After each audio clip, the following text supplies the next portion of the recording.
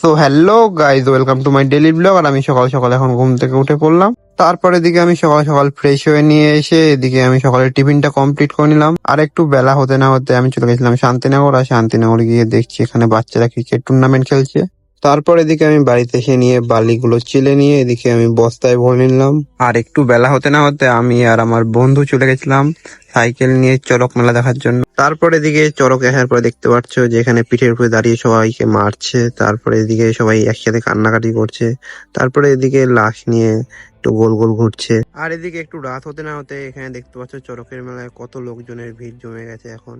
তারপর চড়কের মেলায় সব থেকে আকর্ষণীয় যে জিনিসটা, সেটা চড়ক ঘোরানো চালু হয়ে গেছে এখন। তারপর চড়কের মেলা থেকে বেরিয়ে নিয়ে চলে গেলাম মাঠের দিকে একটু গল্প করার জন্য।